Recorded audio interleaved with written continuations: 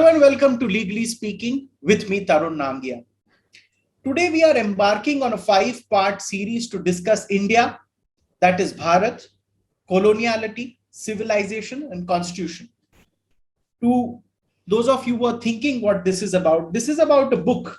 As you can see, this book is authored by J. Sai Deepak. He's an advocate practicing at the Delhi High Court and the Supreme Court. And I would like to also share with you that the first print run of this book has been sold out, and it has been adjudged as the best non-fiction bestseller. And the second print run is already, in a sense, underway. So, Sai, first of all, welcome to Legally Speaking, and many congratulations that your first book is a bestseller. Thank you, Tarun. Thank you for giving me an opportunity to interact with your erudite audience. I'm grateful to a significant amount of your watchers and your viewers who have actually purchased the book, because I've received a lot of feedback also that they've seen me on your show. So I think that bodes well for the both of us. So congratulations to you as well for diverting a significant amount of your audience towards me. Thank you. So now as we begin, I am going to go through your book, and this is an attempt to understand the ideas that you have discussed in this book. So this interview or these interviews are primarily an attempt. We are not here to contest, give alterations, interrogate, because that will come later. I will first start with two things that I heard about 2 decades ago. Atal Bihari Vajpayee famously said that the answer to a book is a book. So any contrary ideas should come in a book, and the author I would be more than happy to interview. And then there are other schools of thought, other ideas that also we will take up in the course of time. But today, limiting myself to the ideas that you have discussed, you have said in the introduction that in case of India, decoloniality is not merely an option, but a civilizational imperative. Could you, in a sense, expand on this line and share why did you say that for us it's a civilizational imperative? For multiple reasons, but perhaps the top reasons off the top of my head is the fact that this is perhaps the mothership of the living civilizations of the East, and is currently beset by several challenges to its own consciousness and identity, and which significant cross-section of its urbanized, educated intelligentsia is either unaware of or is deliberately ignoring. Because if I were to tell people that Ram Mandir banega Ayodhya mein, and if I had made that statement, let's say 50 miles away from Delhi, anywhere in whichever direction, most people would agree with me. Okay. But if I had to make the very same statement in the heart of Delhi, especially in Lutyens, Delhi, this is the place where I would have had to convince most people as to why this is perhaps the most obvious course of action. Okay. So more than anything else, the ruling elites of this particular country and the educated infrastructure or the intelligence of this particular country, I believe, is seriously in need of a decolonial initiative, because their policies and their formulations of Bharat's past as well as its present and future are perhaps driven significantly by what I would call colonialized versions of history, which is the colonizers' experience of Bharat's history as opposed to our own experience of our history. And therefore, it has resulted in a significant degree of problems, legacy issues, which we continue to face till date. So this book is not some kind of an archival study of the past, but it is a clear study of the past from the point of view of the contemporary challenges that we face today, which are a consequence of the past. Therefore, it's an extremely, let's say, current initiative. I'm not trying to be academic here one bit. I'm actually donning the role of someone who's offering certain policy initiatives, firstly from the standpoint of a framework or a conceptual lens, and then saying, once you apply this lens, let us see what are the policy initiatives that come as a consequence of the application of this particular lens. So this is not an academic pursuit. This is a civilizational imperative, and that is how I have approached it. Now we'll be discussing the section 1 of your book, which is coloniality. And in the introduction, you say there is a clear causal link between the state control of Hindu temples and a visible degradation of the temple ecosystem. Yes. Why do you say so? because the so-called modern Indian independent state has inherited the very same views of the colonizer in establishing its legal justifications for taking over temples for state control. Okay, in their debates, in the manner in which the legislation is couched, in the manner in which the temple is effectively occupied by the permanent tenant called the state. The Indian state is no different, or perhaps is even worse than the British colonizer, because the colonizer was interested primarily in making use of the resources of the temple in terms of its material resources, because obviously that was one central large collection point of the community's money. But in terms of his interference with the religious affairs of the temple, he was significantly equidistant, or at least he stayed away to some extent. But that was not without any kind of prejudice. I've captured even that as well. The Indian state behaves like the new convert, which is overzealous in proving its secular credentials and its reformist credentials, and therefore is trying to prove its let's say its civilized credentials to its former colonizer by saying, look, I've taken over these barbaric institutions and I'm going to convert them and reform them, and I'm going to make sure that they are as civilized as your institutions. And I will do this through the instrumentality and through the framework of constitutional morality. That seems to be the approach of the Indian state. In the process, it has not understood Indian traditions. It has not understood Indian societal structures. It has not understood how the temple ecosystem has been responsible for fostering and supporting several communities. And therefore, systematically, it has destroyed the livelihoods of several communities. It has wiped out the sanctity of several institutions. It is significantly responsible for even thievery of our heritage and architecture, of, let's say, of our antiquities from temples. So much so, I think I've said this even before, the state officials, both from the HRC department as well as from police departments, have been hand in glove with smugglers of idols and murtis from temples and even temple jewels. Ultimately, what is supposed to be meant for, let's say, darshan and for sacred worship have landed in private art collections simply because of the state's direct role in it. And therefore, I believe that the temple's control by the state, or the state control of temples, is not indirectly responsible for degradation of temple ecosystem. It is singularly and directly responsible for the degradation of the temple ecosystem, which is a judicially recorded fact. Okay. Now we will take the discussion forward to another point that you have made, and a very significant point which I would like to understand better. You say in the current system which we have, Bharat would continue to operate within the colonizer's framework, while its civilizational character would be put to symbolic and ornamental use without any real lasting impact on policy making. Can you please explain this further? So, as someone who is fairly active on social media, especially on Twitter, and you're also fairly active on Twitter, you see that our discussions are typically polarized between the left and the right. Yes. They're typically polarized between the liberal and the conservative, right?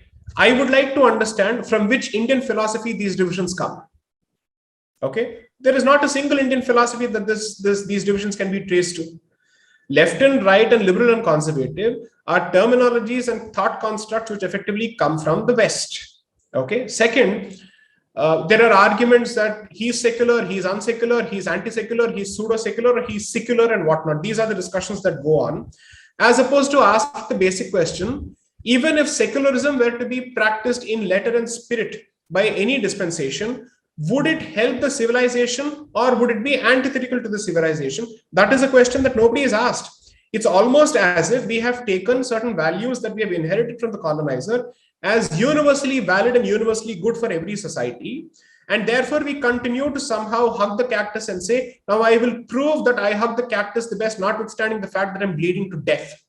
Therefore, I'm making the statement that regardless of whichever government comes to power or whichever ideological dispensation comes to power, unfortunately, we seem to be following a policy of continuity with respect to colonial thought processes.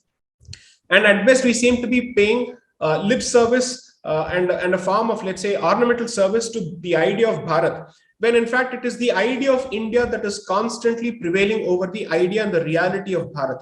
India is perhaps at best a notional, fictitious idea. Bharat is the reality, which has been significantly relegated to the margins. as a consequence of the idea of India being given this kind of supremacy. Okay. Moving ahead, that you say on page 12, it was not necessary for Bharat to play by the West's rules in order to achieve economic prosperity. Now, point number one, do you believe we have achieved economic prosperity? What would you base your statement on? So I'm not making the statement there that Bharat has achieved economic prosperity, but I'm making the statement that Bharat need not operate under the delusion or under the illusion that in order for it to achieve economic prosperity, it must necessarily do everything that the West does. I am saying that there is an alternative model possible, and a model which is closer to your cultural ethos and civilizational ethos as possible. And therefore, if material prosperity is the goal, let us not operate under the assumption that our civilizational identity fundamentally worships poverty. It does not. So I'm trying to bust the myth that there is no such thing called as the Hindu rate of growth, okay, or the lack of it, so to speak. And I'm basically making the statement that you don't need to make the same mistakes as the West in achieving material prosperity. There are better ways of doing it, where you respect your culture, you respect nature, and also try to provide for your people. Simply because if you try and aspire for the West's model, if you're telling me that 1.3 billion people living in a country which is one third the size of United States, with the United States having one third of Bharat's population, can aspire for the same degree and for the same kind of consumerism and consumption as the United States, it's impossible. And even if you try to do that, and even if it becomes possible, it will come at the severe and, let's say, the expense of nature. Look at what China is going through today. China is literally unable to keep itself up because its cities are covered in smog.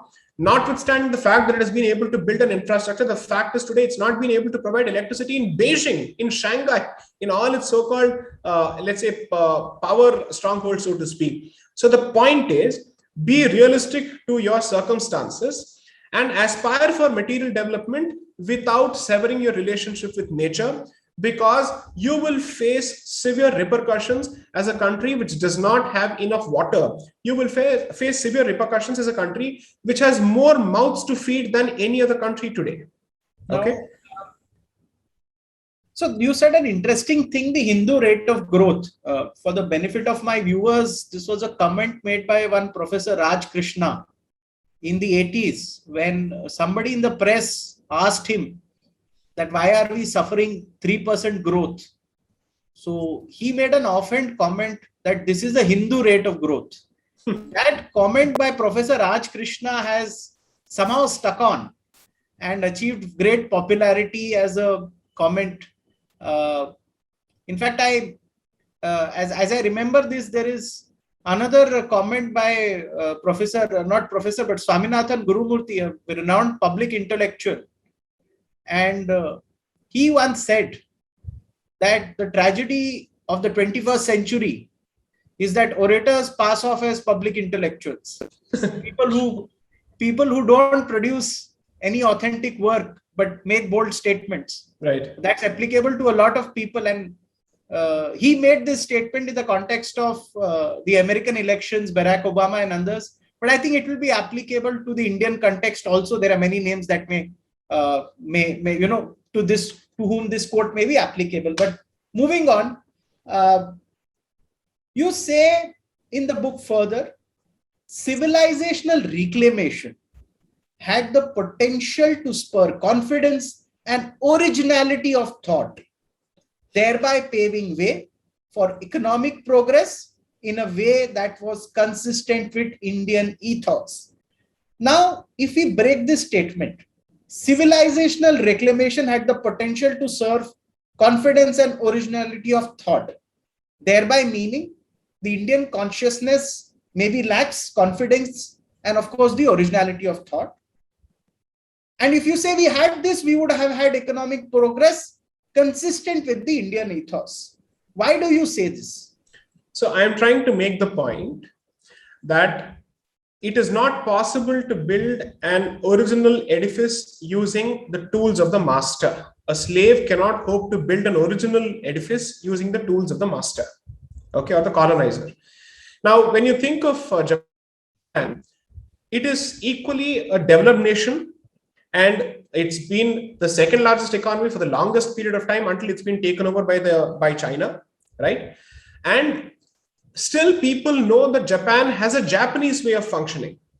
Anybody who's read this popular book, Sony Made in Japan by Akio Morita, will vouch for the fact that Japan has reached where it has by bringing to bear its own work ethic, its own cultural values on a Western model to basically say, I may operate within the Western model, but there is a cultural way which will distinguish my way of operating from the West. That's something that they're very, very clear about, be it their honor codes, their corporations, and whatnot.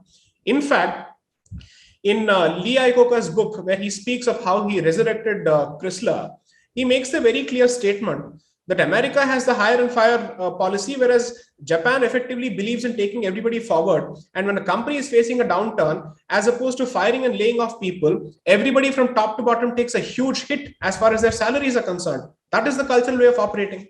You've made a good point, but in some other interview, not today because this is book, I would like to ask you, the North Indian, Kashmiri, Punjabi, Haryanvi, Uttar Pradesh way of working, the Northeast way of working, the Tamil Nadu, Andhra, Kerala way of working, and Gujarat. Right. From Japan, geographically, we are a very big landmass. Correct. How would you converge that? Maybe we would take up that question in due course, but I have to stick to my subject today. Right. You make a very interesting comment on page 13. Right. If one did not believe in the capacity of this civilization Right. to offer a credible and viable, if one did not believe in the capacity of this civilization to offer a credible and viable alternative to the Western normative framework, at least for Bharat, it would be unrealistic to expect the rest of the world to look up to Bharat as Vishwa Guru. It's a very important statement by you, that if you don't have your original thought, by using borrowed thoughts, no world will look up to you as Vishwa Guru. Now, we have so many politicians, so many publicly important people saying that we are on our way to becoming Vishwa Guru. You demolish that statement and say, when you have no original idea of your own in terms of governance, in terms of political consciousness, or even otherwise, you can't be a Vishwa Guru. Can you please expand and explain to us the basis of all these thoughts? So one, let me clarify my position. I certainly believe that it is imperative for Bharat to aspire for the position of a Vishwa Guru. I have no problems with that. I think it's important to aim high and have a specific goal. Yes.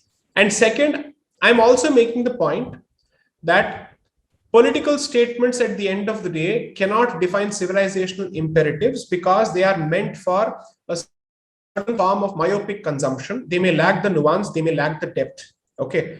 However, it falls on the rest of the society, especially people who are interested in policy and everything else, to churn out the actual original material from which the political discourse can significantly draw from and create its own version of a Vishwa Guru.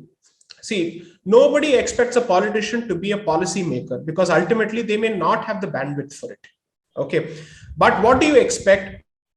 That policy comes from better informed people, and policy is then packaged in such a way that a political incentive is created for the politician, and ultimately it is pushed through the political circles for it to have a multiplier effect so that the rest of the society is affected by it. Okay. Now, therefore, I am trying to say, do not allow any political statements to ultimately take away your attention from the single biggest fact today, that Bharat is yet to come out with perhaps a revolutionary idea in the last 70 years, which changes the course of the world history. Unless and until you're able to present a credible idea which is both viable and original and perhaps consistent with your civilizational vision, why on earth would you actually believe that the rest of the world has already started looking up to you as a Vishwa Guru? Why would anybody look at a wannabe or someone who's a duplicate? People are, if people really want to go after a wannabe, they have an original piece. So therefore, Bharat needs to come out with something original, and this originality of thought is what will spur both its developmental goals as well as its civilizational goals, and dare I say its national security and strategic goals as well. Why India cannot, in a sense, claim the position or even become a Vishwa Guru in that sense without having its own original thought or idea about governance, about its own cultural heritage and things like that. We will further move to other points that he makes in the book. Sai Deepak, you say, I believe that a people that had lacked the courage of their conviction to live by their civilizational values could hardly expect the world to look up to them for guidance. So, this is an extension of your Vishwaguru statement that if you don't live by a civilizational ethos, then how you would hardly expect the world to look you up for guidance. Why do you say this? Do you think, is there a common platform for these 30 states with very different languages, food habits, different, in a sense, way of looking at life, different gods? Why do you make this statement? Is it possible for our country? Yes, because you see, if a civilization has nothing in common, then you don't call it a civilization, you simply call it a disparate collection of nations. Okay. The reason why you call a civilization is because, notwithstanding the diversity that meets your eye, there is a certain degree of unity that you're able to decipher as a consequence of your lived experience. So this is an issue that I specifically address in some detail in the second section of the book called Civilization, where I cite several scholars of the past and the present to make the argument that you're able to call Bharat a civilization precisely because underlying the diversity is a strand of unity that runs across the length and breadth of the country, from the north to the south, to the north, east to the west, and specifically to the northeast. Okay. And therefore, I think it's possible for us to evolve some kind of a civilizational vision. Secondly, if you treat Bharat as an agglomeration of multiple identities and with a civilizational flavor to it, then automatically you will also focus on decentralization of developmental policies to a significant extent. You will also focus on allowing each region and each state to play to its own strengths. Okay, because you see, the developmental and infrastructural goals of Delhi cannot be superimposed on a place like Uttarakhand. That won't work, right? Similarly, that won't work with Rajasthan. That won't work with Gujarat. So what works in Uttar Pradesh may not work in certain other places, which is perfectly fine. That doesn't make a difference. After all, it can't be anybody's case that the north of United States and the south of United States, there's no difference in culture. There's a huge, huge difference in culture. The South sees itself still as a significant, let's say, carrier of the Confederacy legacy, whereas the North sees itself significantly as a carrier of the Yankee legacy. Huge distinction even within a largely homogeneous Protestant Christian nation. Therefore, diversity exists in most countries. It's only a question of degree and what is the benchmark of diversity. So I don't think diversity comes in the way of formulation of some kind of a unified vision. And therefore, I have cited scholarship to basically show what is it that has united this large and vast and diverse country, notwithstanding the so-called diversities that meet the eye. So that comes in the second section of the book.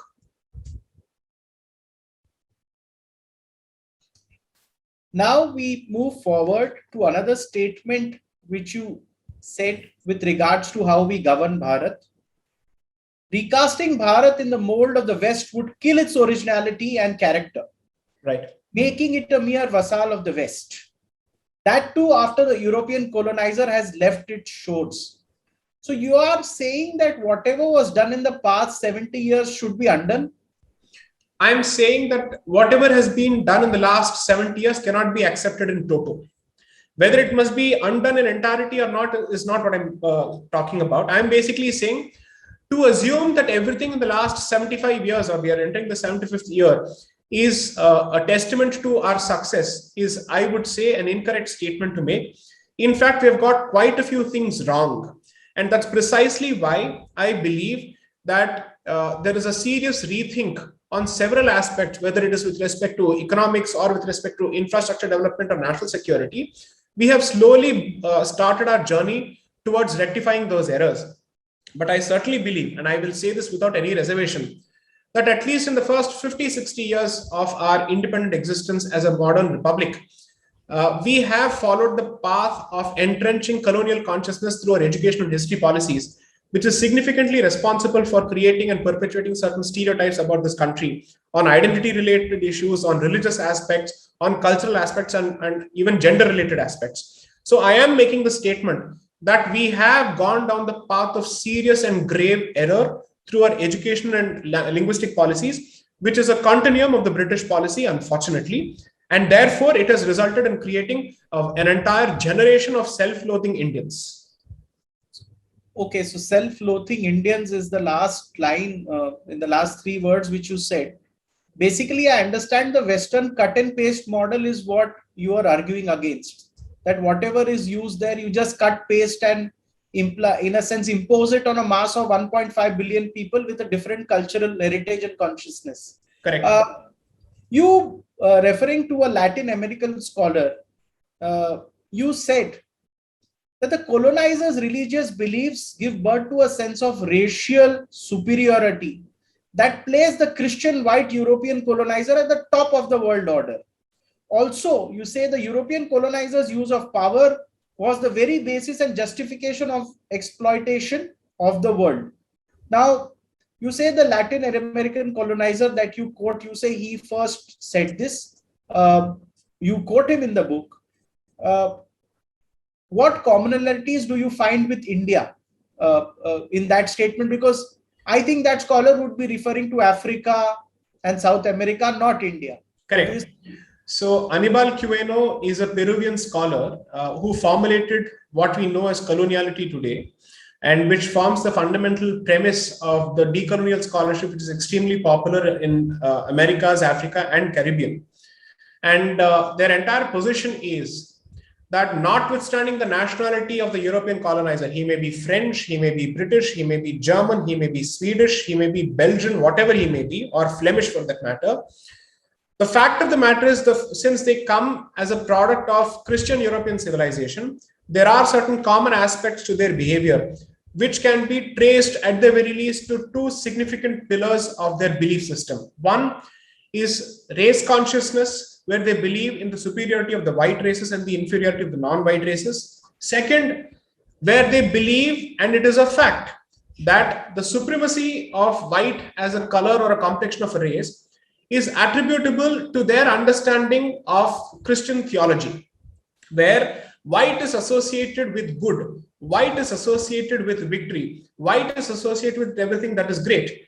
And therefore, there is a significant nexus between their religious beliefs and their race consciousness and the consequent treatment and the persecution of non-Christian, non-white, non-European communities in the rest of the world. Now, in that sense, the behavior of the colonizer, whether it is Latin America, Africa, or Bharat, or let's say the rest of Asia, has been no different. It has been exactly the same. The very same strategies have been employed. The only thing that has changed from country to country or region to region is the degree of resistance that was given by the local communities to the colonizers' behavior, and whether or not they had the inherent spiritual strength, political strength, and cultural strength and military strength to respond to it. So when someone tells me that if the behavior was the same of the colonizer, how do you explain the fact that we are still surviving in large numbers? Well, it's not because he was a benign fellow, but because you resisted it actively, whereas other communities were not able to resist.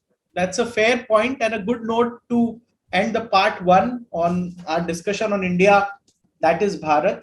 We will continue our conversation in part two. Hello and welcome to Legally Speaking with me, Tarun Nangia. We begin the part two of our discussion on India, that is Bharat, book authored by J. Sai Deepak. And let us now start from where we left off. You mention in the book, Sai, the political legal infrastructure established by the colonizer in Bharat. And you say that their important object is to underscore the use of international law by European colonizing nations to universalize the evangelical mission. So you are hinting at a mission to ensure conversion also. Is that a possibility? So surely it's not anybody's case, and it cannot be anybody's case, that Latin America was always Christian, 60% of Africa was always Christian, Australia was always Christian, Canada was always Christian, New Zealand was always Christian, Tasmania was always Christian. So obviously, what is common to all of these countries and their Christian identities is the factum of colonization, right? They became Christian only post-colonization. I'm sure you've heard of the recent news where they dug up mass graves of, let's say, indigenous children in Canada under schools, under boarding schools. where they were killed, and then Justin Trudeau and the Catholic Church had to apologize for their mass crimes against humanity. They've come out with apologies because at the end of the day, this is not a matter of coincidence, and this was not an incidental byproduct. This was an intended consequence of the colonization project. So in this regard, I cite the Caribbean scholar Sylvia Winter, who wrote in 2003 and even before that Christopher Columbus's expedition began the project of colonization, enslavement, and evangelization simultaneously. Okay, so therefore, I am making the clear statement that their intention was to convert, and that international law was used as an instrumentality of converting people through the medium of what is known as standard of civilization. So what I've done in the book specifically is that I've extracted statement after statement, debate after debate, both from the Paris Peace Conference, which was actually held after the conclusion of the First World War, and which resulted in the Treaty of Versailles, and then the founding of the League of Nations, where every statement is peppered with Christian brotherhood, Christian peace, Christian reason, Christian neutrality, Christian truth, and Christian rationality, and how they effectively want other countries to rise up to Christian notions of civilization, which is known in international law as SOC, Standard of Civilization, which is captured in two articles specifically. One is Article 9 and Article 38 of the United Nations statute with respect to ICJ. And there is a significant body of scholarship. So I've cited leading scholars of international law on how international law is a product, a direct product of Christian Protestant Reformation, which resulted in the Peace of Westphalia or the Treaty of Westphalia, and then resulted in creating legal structures and international legal structures which were meant to civilize other communities, which is non-Christian communities, by converting them to Christianity. Therefore, it is not a far-fetched statement. It is not a bigoted statement. It is an entirely factual statement that the notion of civilization as sought to be internationalized through the instrument of international law was meant as a gradual process of conversion and proselytization. That much was said even by the US president, the past and let's say the previous presidents of the United States around the founding of the League of Nations. I've extracted their speeches in extenso, and how they were asking other countries, non-Christian countries, to become nation states. How was nation defined on Christian lines? How was it defined on Eurocentric lines? And how they refused to recognize the concept of a civilization for other communities. All of that is captured in the book with every citation possible. Therefore, I am making the very clear statement that international law has been a significant tool in the arms of the West to convert the rest of the world. That is a fact. Okay. There is a short follow-up question.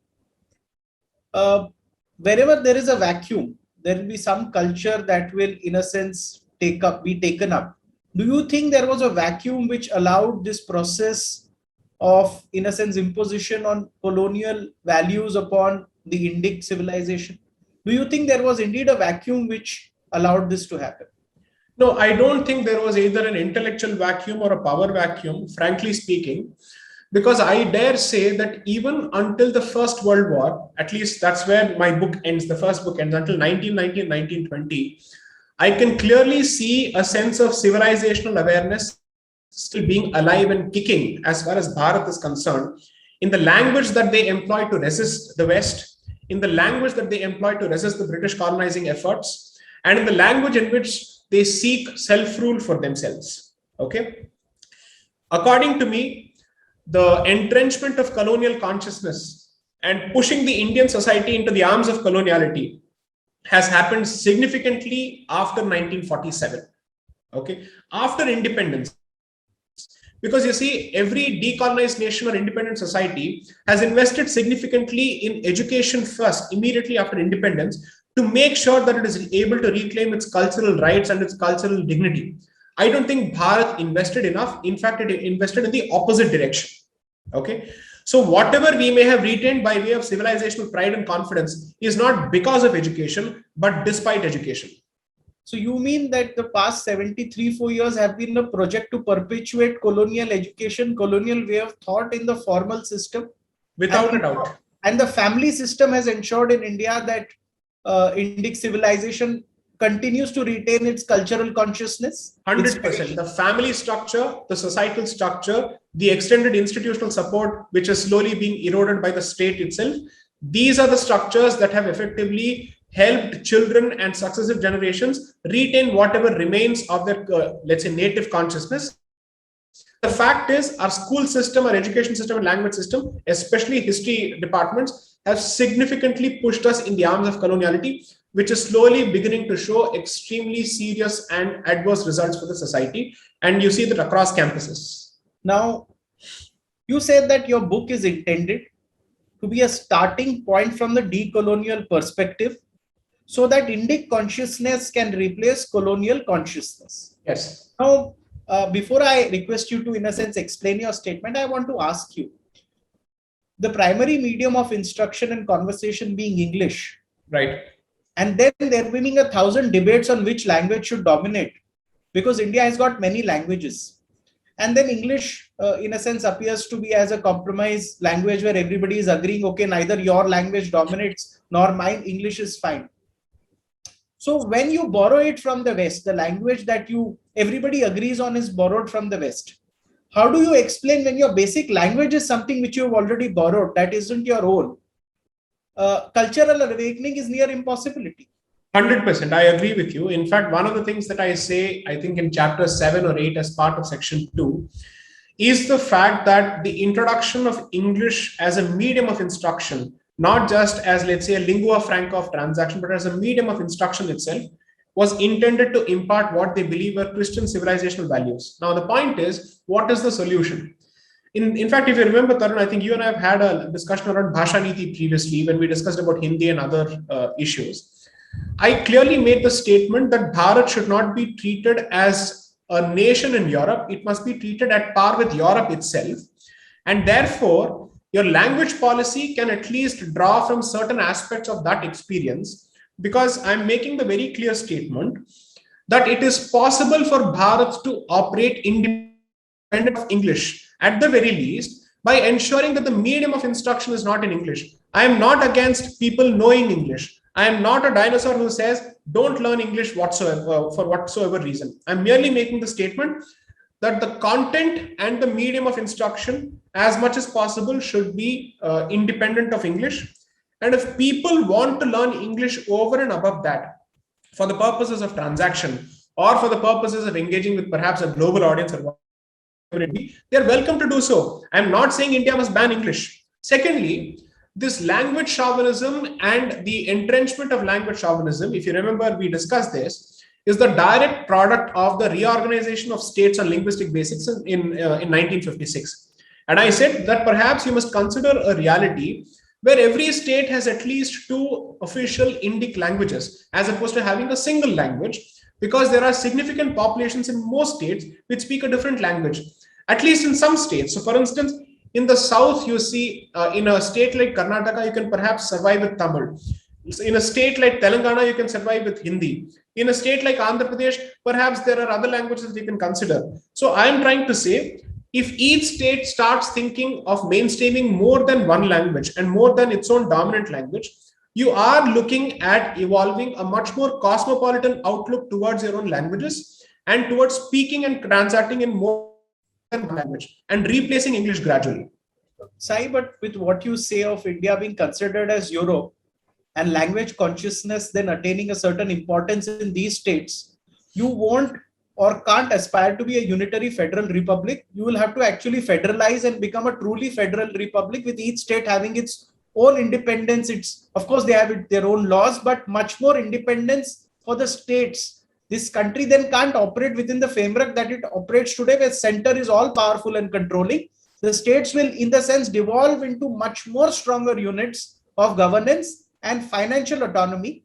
If I extend this debate to the fact that the south of this country, which contributes a lot in revenue, but because its population is lower, a lot of its rights, and there have been protests that they are contributing much, but they're not getting as much. And that discussion it happens because the member of parliaments, there are less numbers, because obviously the population in the south of India is less. So this is a hydra-headed issue. I mean, it will create other issues for the governance of this nation.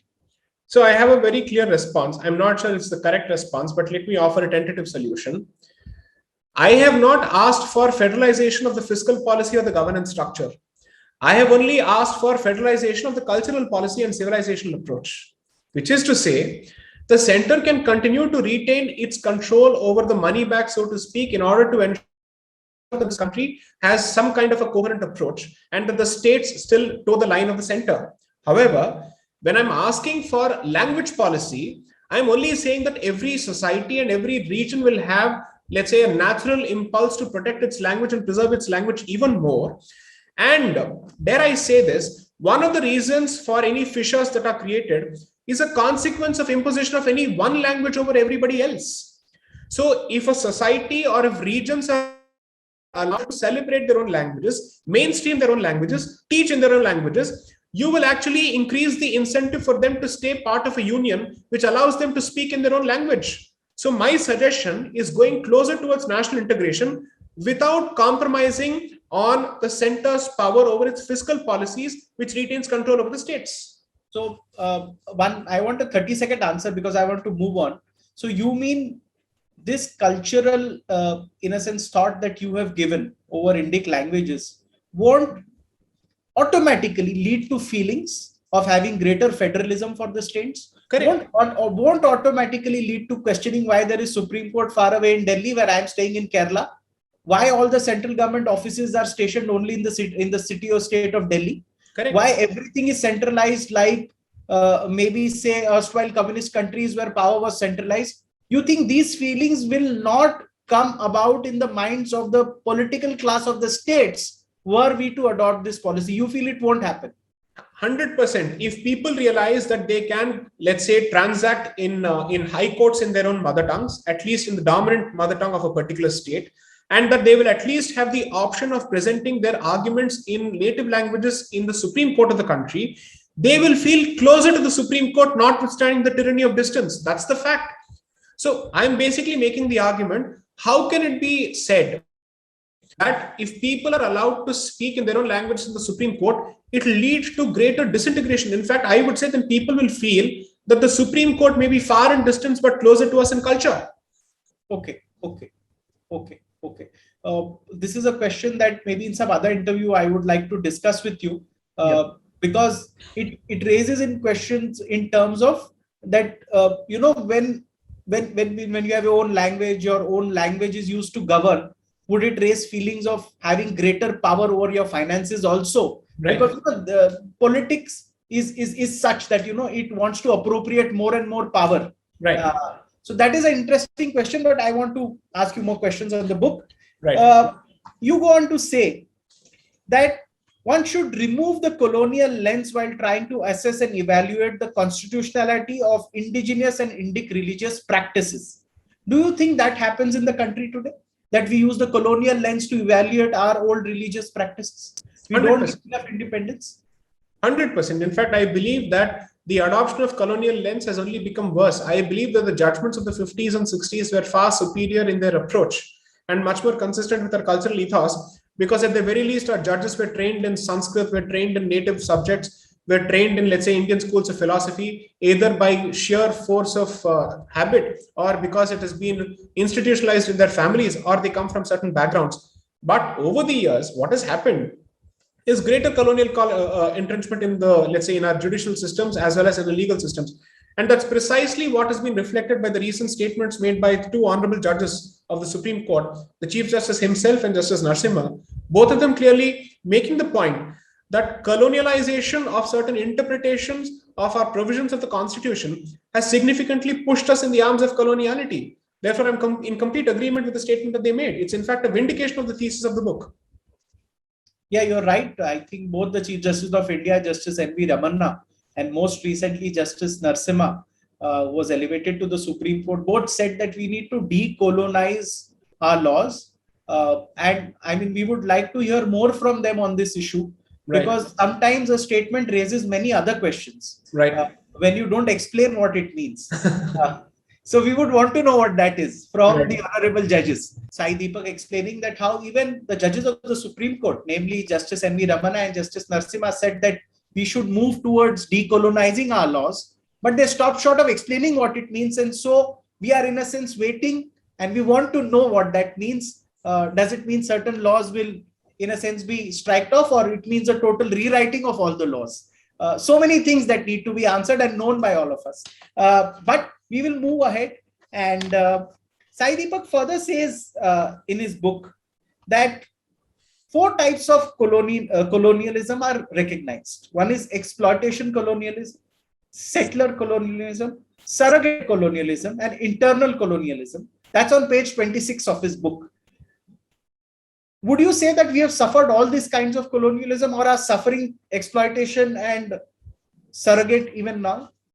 So we have suffered from exploitation colonialism, but we have suffered the most from settler colonialism, which is perhaps the most pernicious forms of colonialism, simply because, see, sometimes there is a statement that is made. मुगलों से पहले जो आए थे वो लुटेरे थे, वो लूट के चले गए, मुगल यहाँ पे आके बस गए, इसीलिए उन्होंने भारत पे एहसान किया. When in fact they don't realize that what the Mughals did is a textbook example of settler colonialism, which is they not just looted the country, they stayed in this country and made the people of this country second-grade citizens. Okay, so the definition of settler colonialism is the colonizer simply doesn't use you as a natural resource and get away from this place.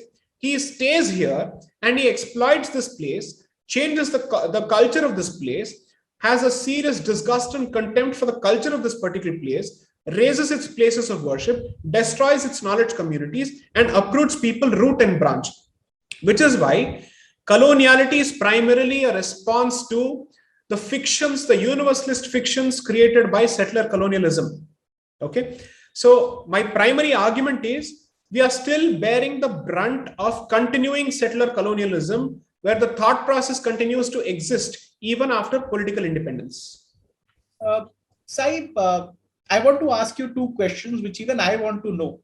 The Angus Madison study of the world GDP says that India was at the highest GDP sometime during the Mughal rule. Right. And a lot of upper castes were co-opted into the governance process of this country, and they, in a sense, were advisors and achieved eminent positions in court. Many converted. And as also that courts were conducting their business then in Sanskrit and Farsi, which was, so do you think in a sense that there was collusion from the settled, I mean, the colonized people colluded with the settled colonizer and actively encouraged the rule? Would you agree with that statement? So there are 2 fantastic counterfactuals to this, not counterfactuals, in fact, factual responses to this. You should know that after the crumbling of the Mughal Empire, the export of Indians as slaves to Central Asia dropped drastically.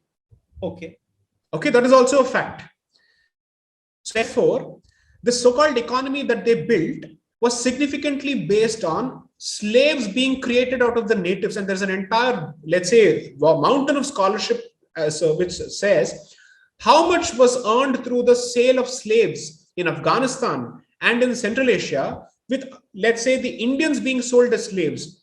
So I would like to ask myself this question: out of this 25% GDP that we actually earned in the world share, how much of it was actually earned through slave economy? That's a question that you have to ask. Second, let me also give you another, let's say, factoid. The Nizam of Hyderabad ruled over the largest princely state in the country then, Hyderabad, right? And you know for a fact that he was among the richest people in the world, or in fact, the richest man in the world at that time.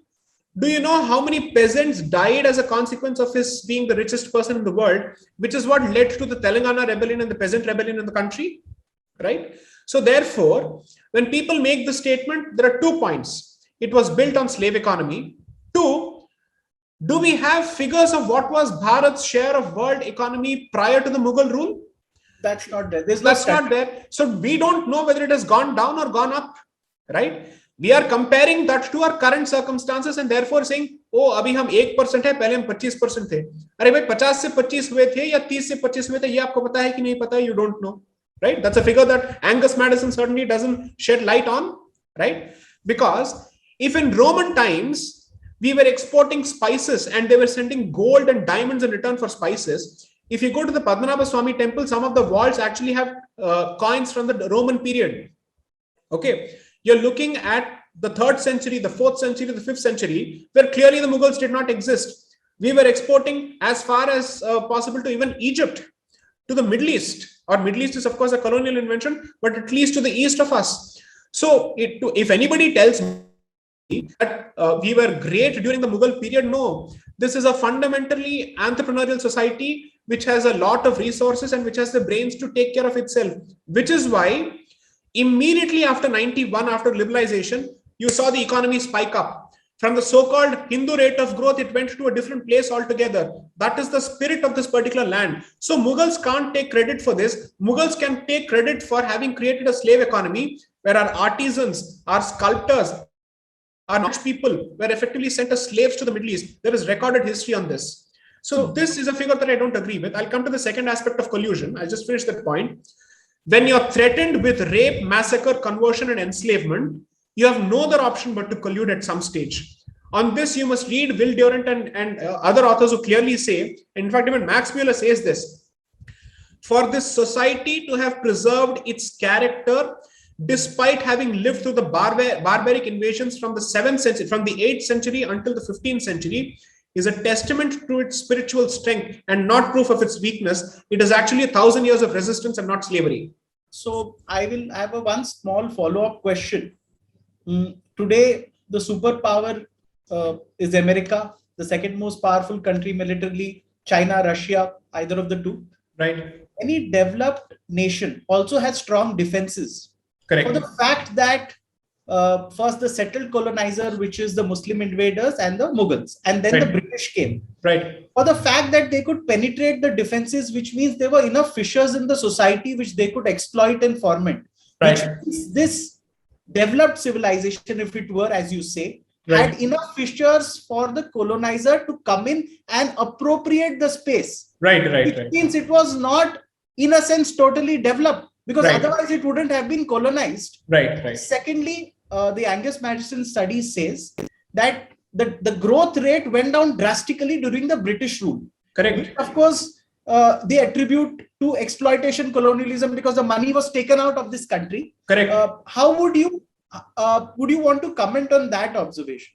Right. So there are two responses to this. One, look at all the pre-Islamic and pre-Christian civilizations that have been pushed to extinction, and the fact that you are perhaps the lone civilization on this side of the major civilization that still survives. Okay.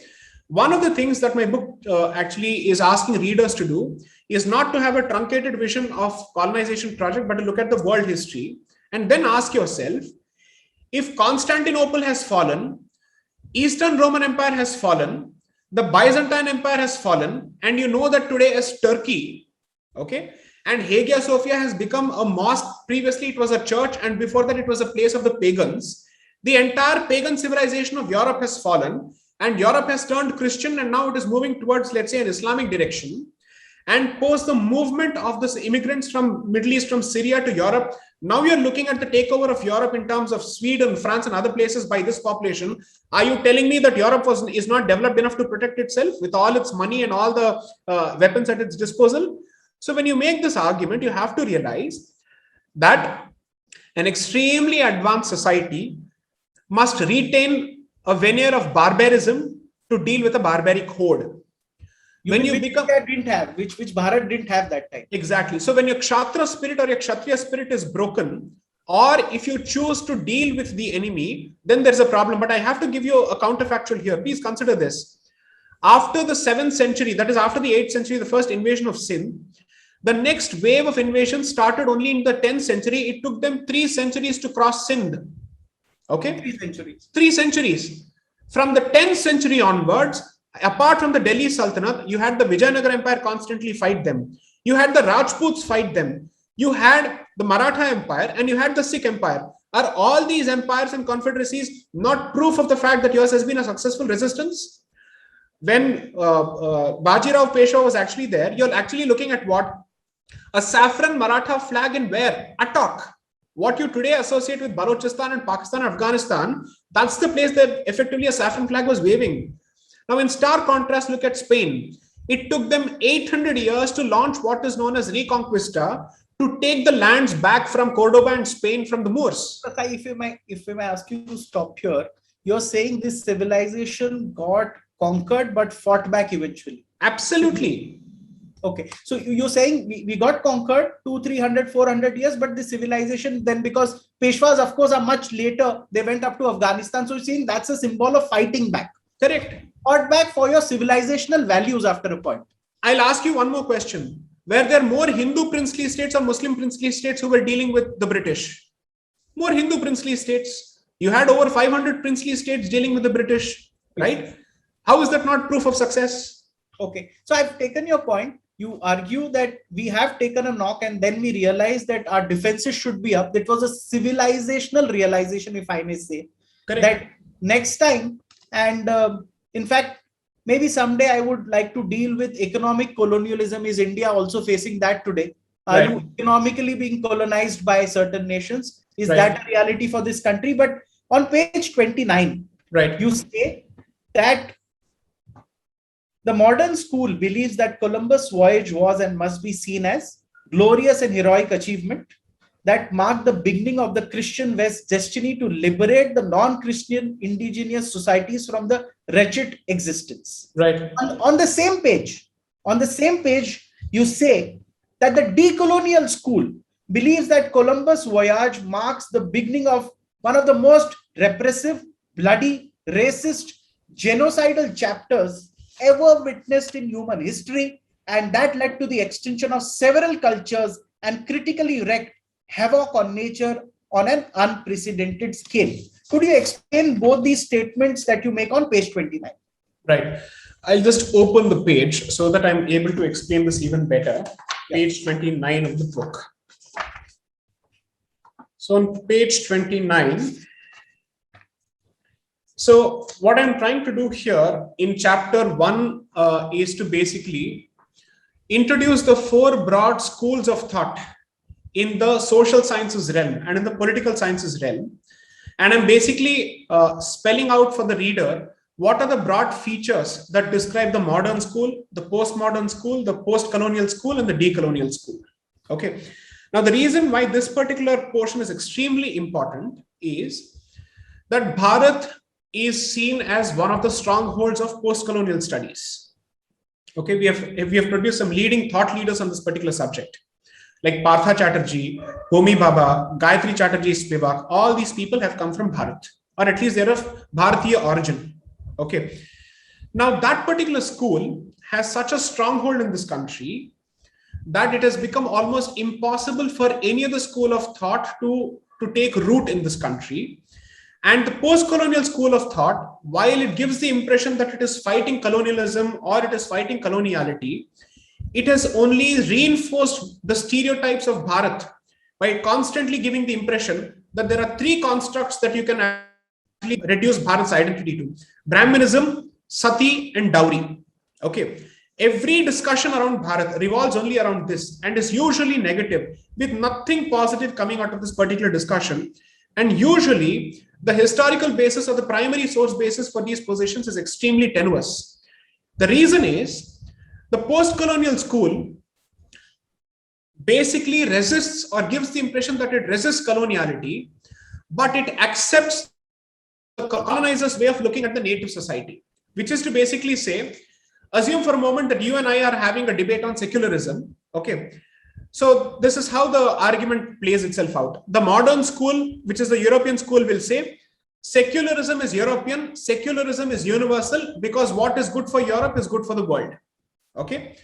Post-colonial school will say there is nothing European about secularism. Europe cannot claim monopoly over secularism, but secularism is universal and every society must follow secularism.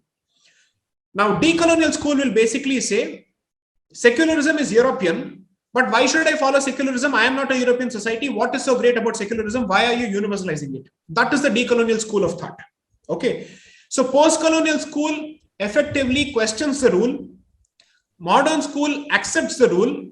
Decolonial school breaks the rule and also questions the rule. And basically says, I do not agree with the premise or the conceptual foundations of your position. Point well taken. If you go, Sai Deepak, on page 30 of India, that is Bharat, says that instead of treating the European position as the sole universal benchmark, that instead of treating European colonialism as the sole universal benchmark, decoloniality prefers to treat it as but one of the options or subjectivities within the global pool of thought. I leave you with this thought. We are almost out of time on the part 2 of our discussion on India, that is Bharat. He says that the European position is just one of the thoughts. And of course, there should be an Indian position on things. What that is, I have many other questions, but time is not permitting. We will discuss this part 3 of our discussion on India, that is Bharat. It has been indeed an interesting discussion with J. Sai Deepak. And thank you so much, viewers, for joining us. Thank you. Thank you. Namaste.